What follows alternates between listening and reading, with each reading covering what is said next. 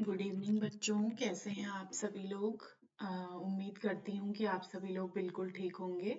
तो बच्चों, हमने लास्ट क्लास में composition continuity of composition function पढ़ा था। अब हम आगे टॉपिक बढ़ा रहे हैं जो कि हमारा है कंटिन्यूटी इन एन इंटरवल। ठीक है, तो अगर हम यहाँ देखें तो हमें यहाँ दिखाई दे रहा है कंटिन्यूटी इन एन इंटरवल में दो केसेस बनते हैं बच्चों। एक तो ओपन इंटरवल का और एक क्या बनेगा, क्लोज्ड इंटरवल का। ठीक है बच्चों, ओपन इंटरवल की अगर मैं बात करूं, यहाँ फिगर में देखिए ए और बी अगर ओपन इंटरवल में हैं, यानी कि कंटिन्यूअस हमें दिए हैं, यानी कि बीच में अगर देख पाए तो कहीं भी ब्रेक नहीं हो रहे हैं, तो एफ एक्स हमारा क्या हो जाएगा, ऑटोमेटिकली कंटिन्यूअस हो जाएगा। किसके लिए, open interval A comma B के लिए।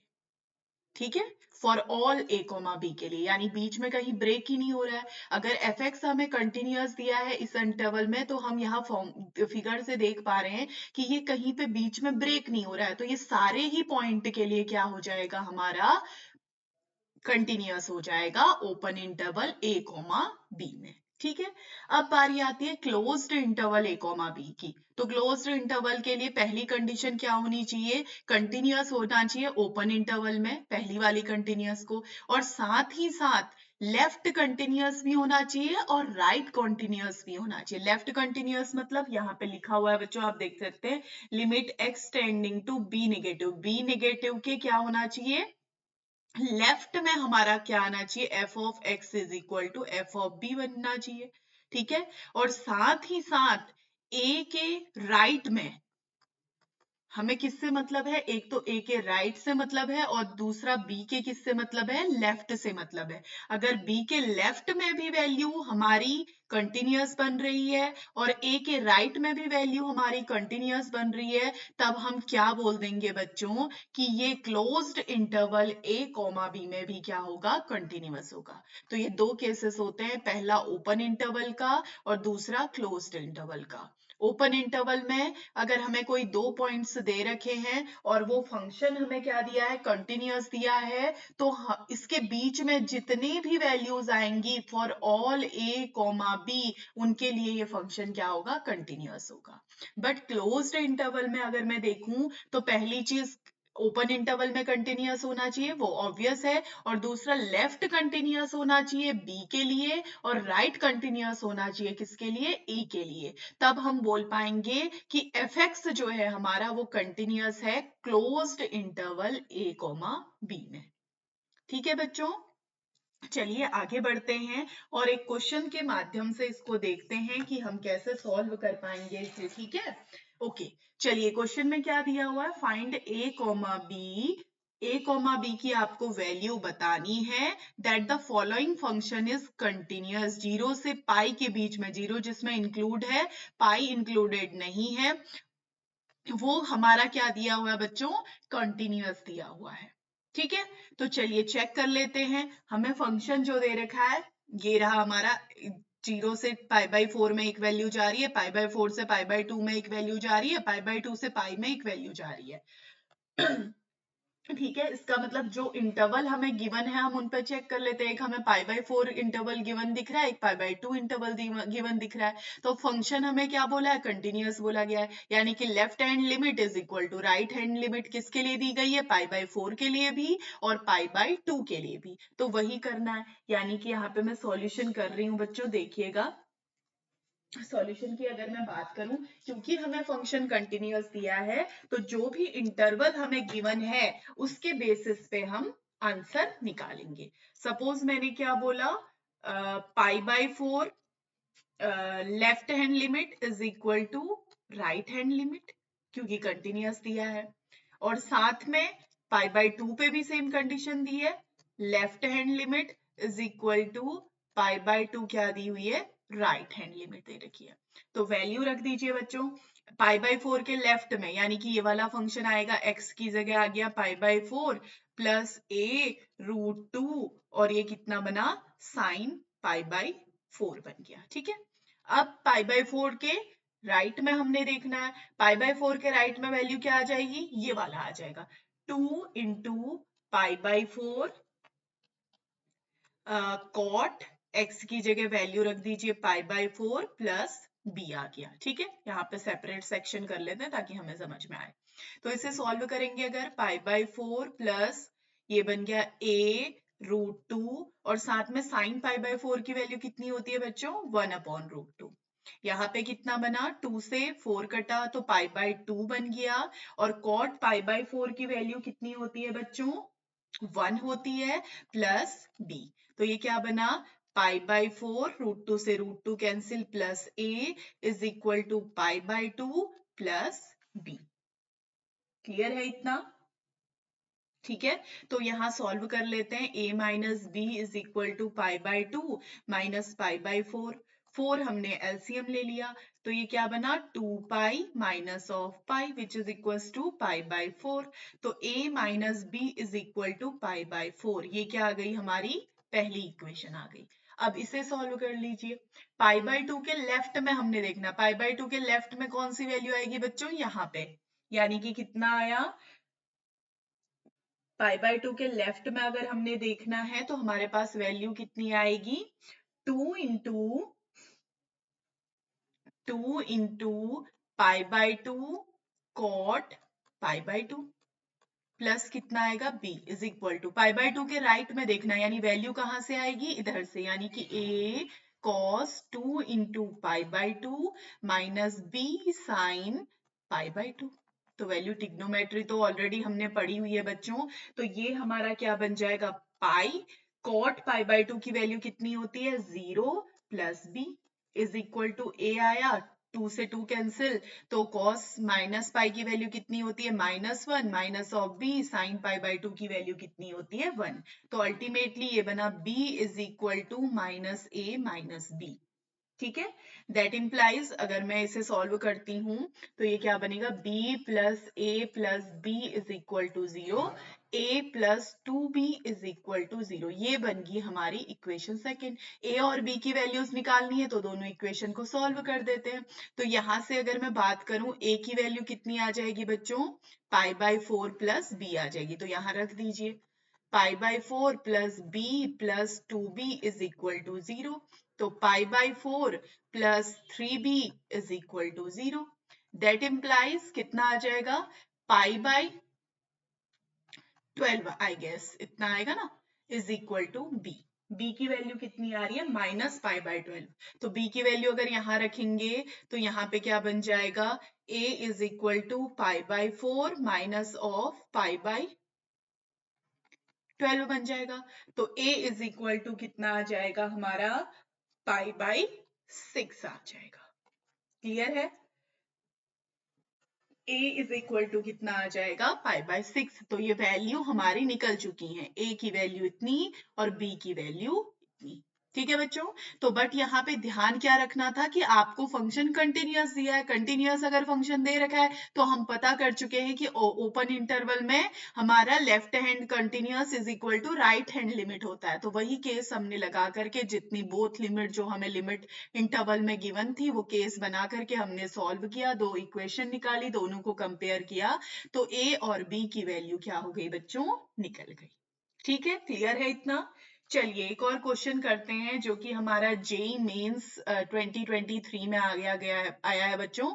अगर आप देखेंगे तो यहाँ पे आपको दे रखा है जीआईएफ दे रखा है, इंपॉर्टेंट है बच्चों। हमेशा हर क्वेश्चन में आप देखेंगे कहीं ना कहीं इसका यूज हो रहा है तो कृपया इसके कंसेप्ट को ना थोड़ा अच्छे से पढ़ लें। ठीक है, हमें दिया हुआ है एक्स जीआईएफ फंक्शन दिया हुआ है, जीआईएफ दिया हुआ है, then the number of points in the interval. Interval क्या दे रखा है -2 से 1 where the function is this is discontinuous. आपको बताना है कि ये जो गिवन फंक्शन है वो इस ओपन इंटरवल में कितने पॉइंट पर डिसकंटिन्यूअस हो रहा है।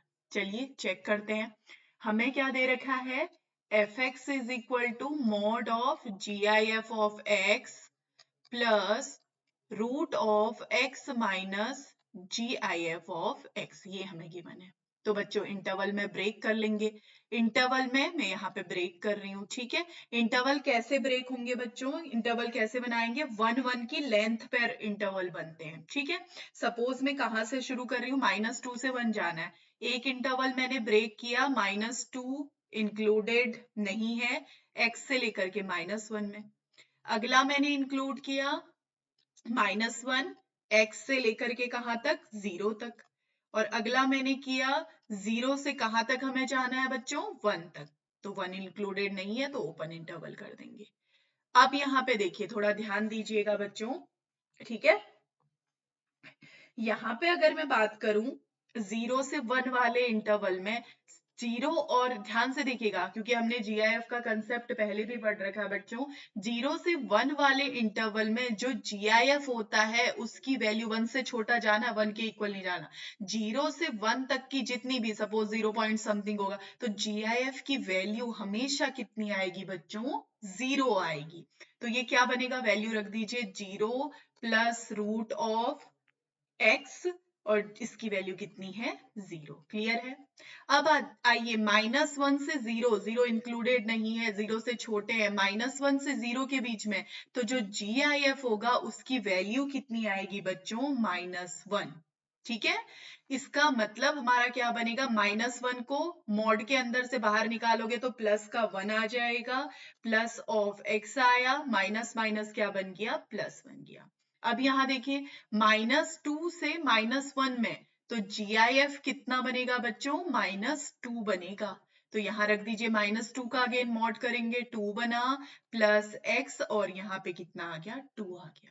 तो यही हमारा निकल के आ गया है। अब हम चेक करेंगे, कंटिन्यूटी तो चेक करनी है। कंटिन्यूटी जो हमें पॉइंट दे रखे हैं, एक तो हमारा कितने पे निकलेगा बच्चों, -1 पे चेक कर लेंगे, 2 का तो है ही नहीं हमारे पास, और 0 पे चेक कर लेंगे। तो अब चेक करते हैं, पहले इसे थोड़ा सही तरीके से लिख लेते हैं।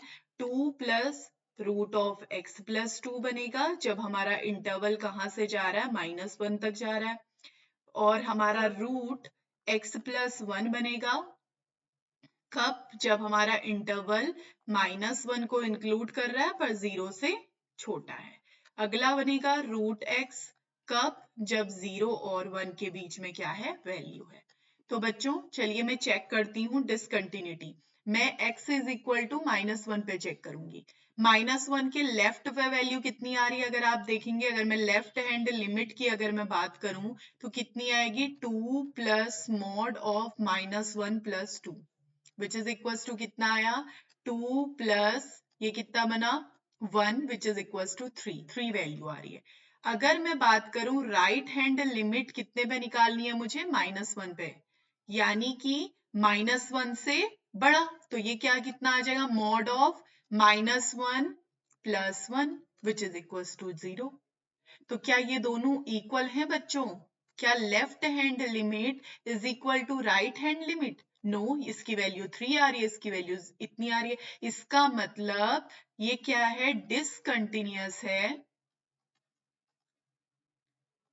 At x is equal to -1 पे। अगला इंटरवल एक हमारे पास 0 बचा है क्योंकि उसके लेफ्ट और राइट पे वैल्यू हमें गिवन है, तो चलो चेक कर लेते हैं, at x is equal to 0। अगर मैं लेफ्ट हैंड लिमिट निकालूं 0 की, 0 से छोटा यानी इसमें आएगा, तो ये क्या बनेगा, 0 plus 1 which is equal to 1 आ जाएगा। अगर मैं राइट हैंड लिमिट निकालूं 0 पे, तो कितनी वैल्यू आएगी बच्चों, root of 0 which is equal to 0। Again ये 0 पे भी क्या निकला बच्चों, डिसकंटिन्यूअस निकला, यानी कि इंटरवल की जितनी भी वैल्यूज हम बता कर सकते थे, जो हमारे इंटरवल बन रहे थे, 2 से बाहर, 1 से बाहर तो हमने नहीं जाना था, -2 से बाहर भी हमने नहीं जाना था, तो अगर मैं देखूं तो कितने पॉइंट पे डिसकंटिन्यूअस आया बच्चों, ये 2 पॉइंट्स पे डिसकंटिन्यूअस आया। तो देखिए कितना, जी मेंस का क्वेश्चन है, बट अगर हमें कंसेप्ट पता है तो हम इजीली इस क्वेश्चन को क्या कर सकते हैं बच्चों, सॉल्व कर सकते हैं। ठीक है, क्लियर है इतना। चलिए आगे बढ़ते हैं। अगला हमारा आता है टाइप ऑफ डिसकंटिन्यूटी। ठीक है बच्चों, टाइप ऑफ डिसकंटिन्यूटी में अगर आप देखेंगे तो दो टाइप की डिसकंटिन्यूटी होती है, एक होती है रिमूवेबल और होती है एक इरिमूवेबल। ठीक है, क्लियर है। अब देखिए मैं रिमूवेबल का केस यहाँ पे आपको समझा रही हूँ कि क्या होता है। रिमूवेबल में दो केस बनते हैं। पहला केस, किस केस को हम रिमूवेबल बोलेंगे, जब लेफ्ट हैंड लिमिट किसी पॉइंट पे इक्वल आ जाए लेफ्ट हैंड लिमिट के, बट फंक्शन की वैल्यू के इक्वल ना आए, तब हम उसे क्या बोलेंगे, रिमूवेबल डिसकंटिन्यूटी बोलेंगे। ठीक है। और दूसरा केस क्या होगा, जब राइट हैंड लिमिट किसी पॉइंट पे is equal to left hand limit किसी पॉइंट पे आ जाए, बट जो फंक्शन की वैल्यू है ए पर वो एग्जिस्ट ना करे, तब भी हम क्या बोलेंगे, वो कैसी डिसकंटिन्यूटी है बच्चों, रिमूवेबल डिसकंटिन्यूटी है। क्लियर है इतना, समझ में आ रहा है? ओके चलिए अब चलते हैं सेकंड केस पे, जो कि हमारा है इररिमूवेबल डिसकंटिन्यूटी। ठीक है, इसमें भी दो टाइप की होती है, एक तो डिसकंटिन्यूटी होती है फर्स्ट काइंड की, एक डिसकंटिन्यूटी होती है सेकंड काइंड की। ठीक है, फर्स्ट काइंड वाली डिसकंटिन्यूटी को एक और नाम से जाना जाता है बच्चों, इसको बोलते हैं जंप डिसकंटिन्यूटी। Jump discontinuity. और जो सेकंड काइंड की डिसकंटिन्यूटी है उसे बोला जाता है इसेंशियल डिसकंटिन्यूटी। उसे क्या बोला जाता है, इसेंशियल डिसकंटिन्यूटी। तो एग्जाम में क्या होगा, कभी ऐसा आ जाएगा जंप डिसकंटिन्यूटी, या फिर कभी आ जाएगा फर्स्ट काइंड की डिसकंटिन्यूटी, तो आपको नाम पता होने चाहिए। ठीक है बच्चों, चलिए चेक करते हैं जंप डिसकंटिन्यूटी किसे कहते हैं। जंप डिसकंटिन्यूटी कहते हैं जब हमारी लेफ्ट हैंड लिमिट निकालेंगे किसी पॉइंट पे, वो हमारी राइट हैंड लिमिट उसी पॉइंट पे अगर इक्वल नहीं आती है, जंप आ जाता है, तो हम उसे क्या बोलते हैं बच्चों, जंप डिसकंटिन्यूटी बोलते हैं, या फिर डिसकंटिन्यूटी ऑफ फर्स्ट काइंड बोलते हैं। ठीक है, या फिर ये किसका पार्ट है, इररिमूवेबल का पार्ट है।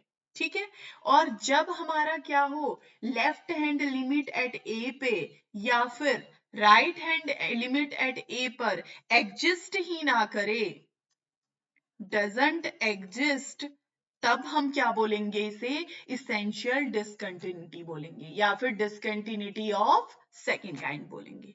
तो बच्चों type of discontinuity I think आपको समझ में आ गया होगा।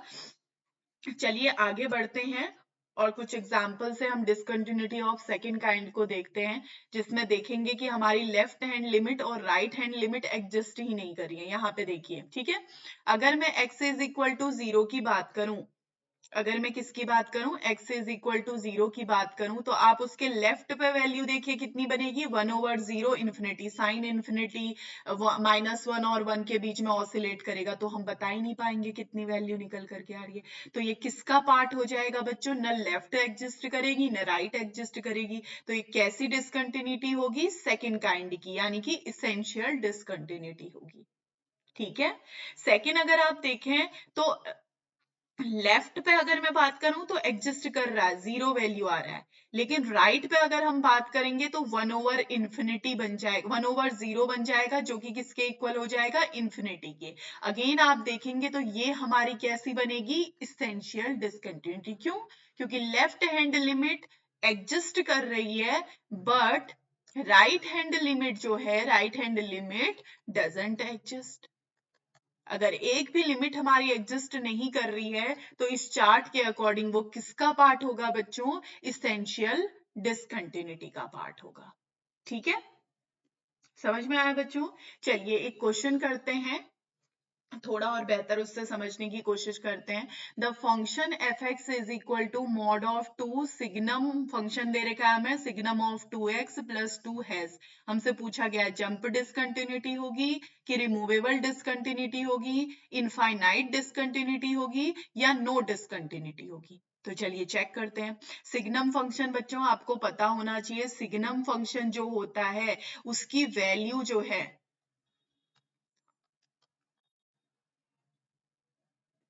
0 पे कितनी आती है, 0 आती है। पॉजिटिव वैल्यूज पे कितनी आती है, 1 आती है प्लस की, और नेगेटिव वैल्यूज पे उसकी वैल्यू कितनी आती है, -1 आती है। ये चीजें आपको पता होनी चाहिए बच्चों। अगर आप जेई के लिए, कॉम्पिटेटिव एग्जाम के लिए, किसी के लिए भी पढ़ रहे हैं, तो थोड़े से बेसिक हमारे क्या होने चाहिए, क्लियर होने चाहिए। तो चलिए बना लेते हैं बच्चों। सिग्नम ऑफ 2x की बात हो रही है, तो फंक्शन वही है, यहाँ पे 0 आएगा जब x क्या है, इज इक्वल टू है 0 का, +1 आएगा जब पॉजिटिव वैल्यू आ रही है, -1 आएगा जब क्या आ रही है, हमारी नेगेटिव वैल्यूज आ रही हैं। अब मैंने क्या करना है, इससे 2 से मल्टीप्लाई करना है। 2 signum of 2x is equal to, ये बना मेरा 0, ये बन गया 2, ये बन गया -2, यानी कि x less than 0, sorry x is equal to 0 पे तो हमारी वैल्यू कितनी बन रही है, 0 बन रही है। x इज इक्वल टू 0 और ये x ग्रेटर देन 0 और ये किसके लिए बनेगा, x लेस देन 0। ठीक है, क्लियर है ना इतना। अब हमने क्या कर देना है, मॉड कर देना है, तो मॉड कर दीजिए, मॉड करते ही इसका भी मॉड, इसका भी मॉड, इसका भी mod, which is again equals to 0 आएगा, यहाँ पे 2 आएगा, यहाँ पे 2 आएगा, x is equal to 0, x greater than 0 और ये क्या बनेगा, x लेस देन 0। ठीक है, प्लस का 2 करना है, इसका मतलब यहाँ पे प्लस टू भी करते हैं तो भी हमारे कोई चेंजेस नहीं आएंगे। +2 करने पर भी ये हमारा 0 बनेगा, ये 4 बनेगा और ये क्या बन जाएगा, 4। चलिए यहाँ पे 2 आएगा, सॉरी ये बन गया 2, मैंने जब क्या किया प्लस का 2 कर दिया। ठीक है, तो ये बना 2, ये बना 4, ये बना 4, यहाँ ये x इज इक्वल टू 0, यहाँ पे x ग्रेटर देन 0, यहाँ पे x लेस देन 0। ठीक है बच्चों, अब ध्यान दीजिए, लिमिट तो एग्जिस्ट कर रही है, इन्फिनिटी कहीं से भी नहीं आ रहा, भले ही मैं लेफ्ट लिमिट की बात करूं या राइट लिमिट की बात करूं। ठीक है, अगर हम बात करें left hand limit at 0 is equal to 4 which is equal to right hand limit at 0, दोनों क्या है, इक्वल है। ठीक है, but it is not equal to the f of 0, f of 0 पे वैल्यू कितनी आ रही है, 2 आ रही है। तो बताइए इनमें से कौन सा ऑप्शन करेक्ट है बच्चों, इनमें से कौन सा ऑप्शन करेक्ट है। जंप डिसकंटिन्यूटी में क्या होता था, left hand limit right hand limit के इक्वल नहीं आनी चाहिए थी, बट यहाँ तो आ रहा है, तो पहला ऑप्शन तो हमारा क्या हो गया, कैंसिल हो गया। सेकेंड आई रिमूवेबल, रिमूवेबल में क्या बोलते थे कि left hand limit right hand limit के इक्वल तो होनी चाहिए बट फंक्शन के इक्वल नहीं होनी चाहिए, और वही तो है ये। तो इसका मतलब कौन सा ऑप्शन करेक्ट है बच्चों, बी ऑप्शन हमारा क्या है, करेक्ट है। क्लियर है इतना आप लोगों को, समझ में आया बच्चों यहां तक। चलिए आगे बढ़ते हैं, आगे मैं बात करूंगी बच्चों इंटरमीडिएट वैल्यू थ्योरम की। थोड़ा सा मैं इस यहाँ पे बता देती हूँ, इंटरमीडिएट वैल्यू थ्योरम।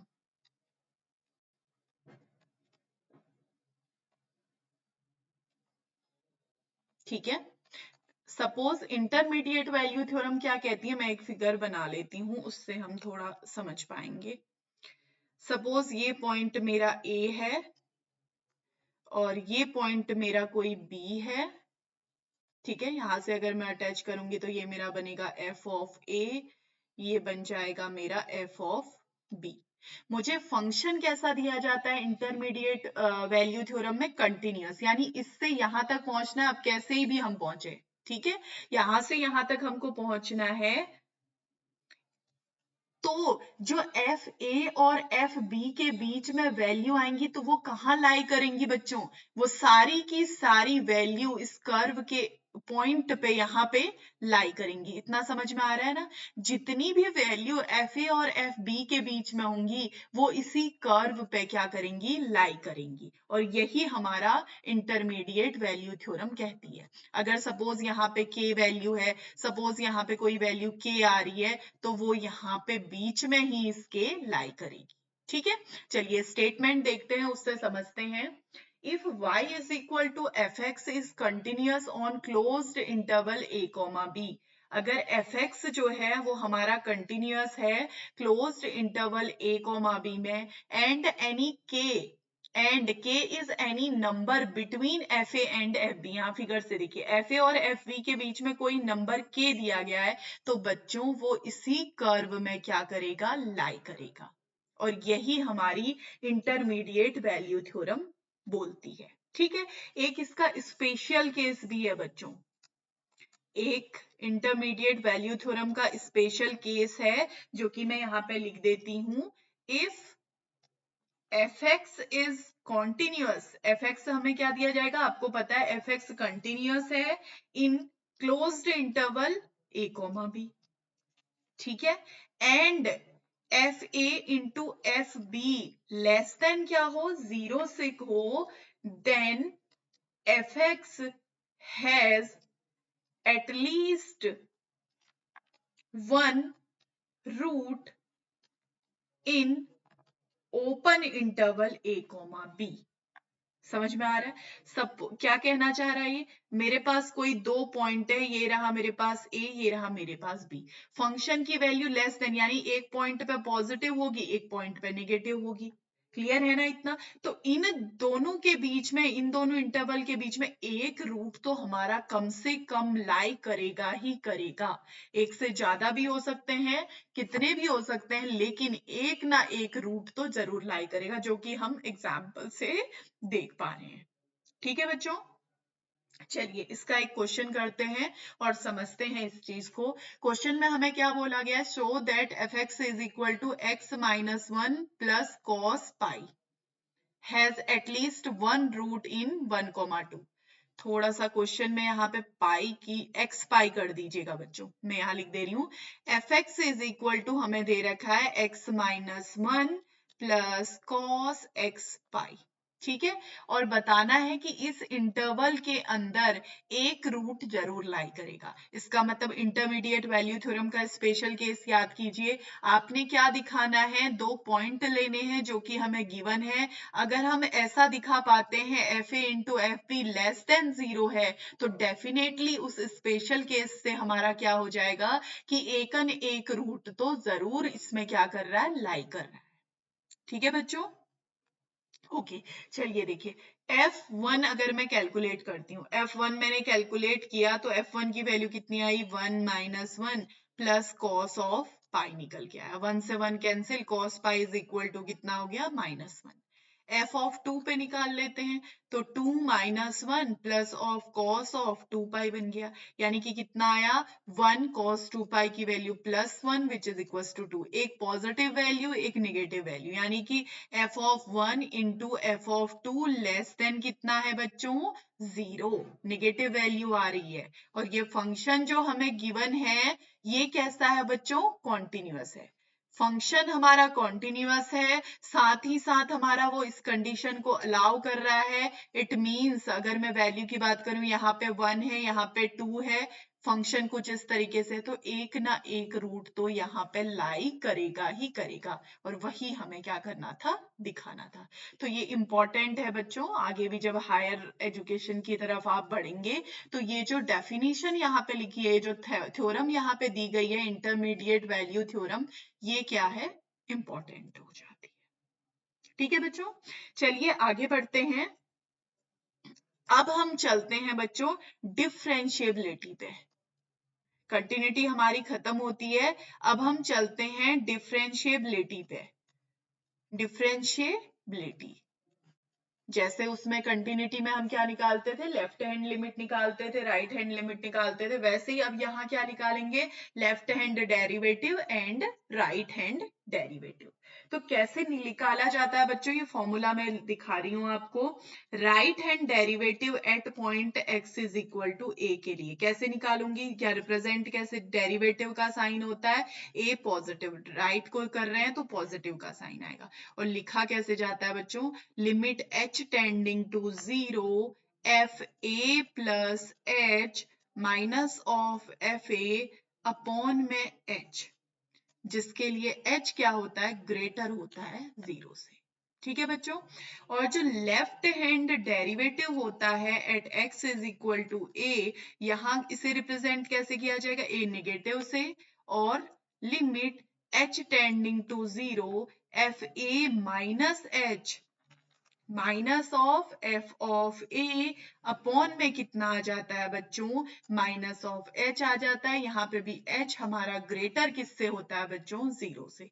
तो ये हमारे तरीके हैं लेफ्ट हैंड डेरिवेटिव और राइट हैंड डेरिवेटिव को कैलकुलेट करने के। अगर ये दोनों इक्वल आ जाएंगे तब हम क्या बोल देंगे? हमारा फंक्शन कैसा है बच्चों? डिफरेंशिएबल है। क्लियर है? समझ में आ रहा है इतना? तब हम क्या बोल देंगे कि हमारा फंक्शन कैसा है बच्चों, डिफरेंशिएबल है। अब बारी आती है इसको याद कैसे रखें। कंफ्यूजन हो जाता है ना, यहाँ माइनस यहाँ प्लस, क्या चीजें करनी है। तो बच्चों इसे याद करने का एक तरीका बता रही हूँ। आप कैसे याद करोगे, एफ यहाँ पे a प्लस जीरो मतलब जो यहाँ पे हमें दिया होगा, minus of f of a upon में कितना बनेगा, सेम जीरो, यानी जो वैल्यू यहाँ पे है वही सेम वैल्यू यहाँ पे है। तो उसे हम क्या लिख देंगे, F derivative of at that point, जिस पॉइंट पे हमें गिवन है। तो इसे कैसे याद करोगे, F of a minus zero, sorry, F of a minus zero minus f of A upon में क्या आ जाएगा, माइनस ऑफ सेम जीरो। अगर ऐसा कहीं पे बन रहा है तो उसे हम क्या लिख सकते हैं बच्चों, F derivative of A negative लिख सकते हैं। क्लियर है, इतना समझ में आया बच्चों। चलिए एक क्वेश्चन में करवाती हूँ, उससे हमें क्लियर हो जाएगा। क्वेश्चन में हमें क्या दे रखा है, देखिए हमें किसकी वैल्यू दी है बच्चों, F derivative of A positive की, यानी कि हमें क्या दे रखा है, राइट हैंड डेरिवेटिव की वैल्यू दी है, राइट हैंड डेरिवेटिव की वैल्यू दे रखी है। कितनी दी है बच्चों, 5 दी है। और साथ में कंडीशन क्या दे रखी है, limit h tending to 0 f of a plus 6h cube minus f of a is equal to h का क्यूब, और वैल्यू आपसे पूछी गई है। ठीक है बच्चों, हमें क्या कोशिश करनी है कि हम इस जो हमें फंक्शन गिवन है इसे इसकी तरह लिख पाए। ठीक है, तो यहाँ ध्यान दीजिए, आपने अगर याद किया हो फॉर्मूला, तो यहाँ पे जो जीरो बनता है, यहाँ पे जो वैल्यू आती है वही सेम यहाँ पे वैल्यू आती है। अगर आप क्वेश्चन में देखेंगे h का क्यूब तो आ रहा है लेकिन 6 नहीं आ रहा है, तो बना देते हैं हम उसे ऐसा। तो मैंने क्या किया, limit h tending to 0 f A plus 6h का cube minus f of A upon में 6h का क्यूब इंटू 6 से मल्टीप्लाई और डिवाइड कर दिया। तो ये वाली वैल्यू अब हमारी कितनी बन गई बच्चों, एफ डेरिवेटिव ऑफ ए बन गई, इंटू 6 बन गया, ए पॉजिटिव, राइट। अब ये वैल्यू कितनी दी है, 5 दे रखी है, इंटू कितना बन गया, 6, यानी कि कितना आया, 30। तो वैल्यू कितनी निकल करके आई बच्चों, ऑप्शन सी हमारा क्या हो गया, करेक्ट हो गया। तो देखिए इसको याद करने का तरीका मैं आपको बता चुकी हूँ। कहीं पे वैसा नहीं बन पा रहा है, हमें जनरेट करना है, तो मल्टीप्लाई और डिवाइड करके हम उसे क्या कर सकते हैं बच्चों, जनरेट कर सकते हैं। क्लियर है इतना बच्चों, ठीक है। चलिए आज की क्लास के लिए इतना ही रखते हैं बच्चों, अब हम आपसे मिलेंगे नेक्स्ट क्लास में। तब तक आप लोग अपना ध्यान रखिए और अच्छे से रहिएगा। बाय बाय बच्चों।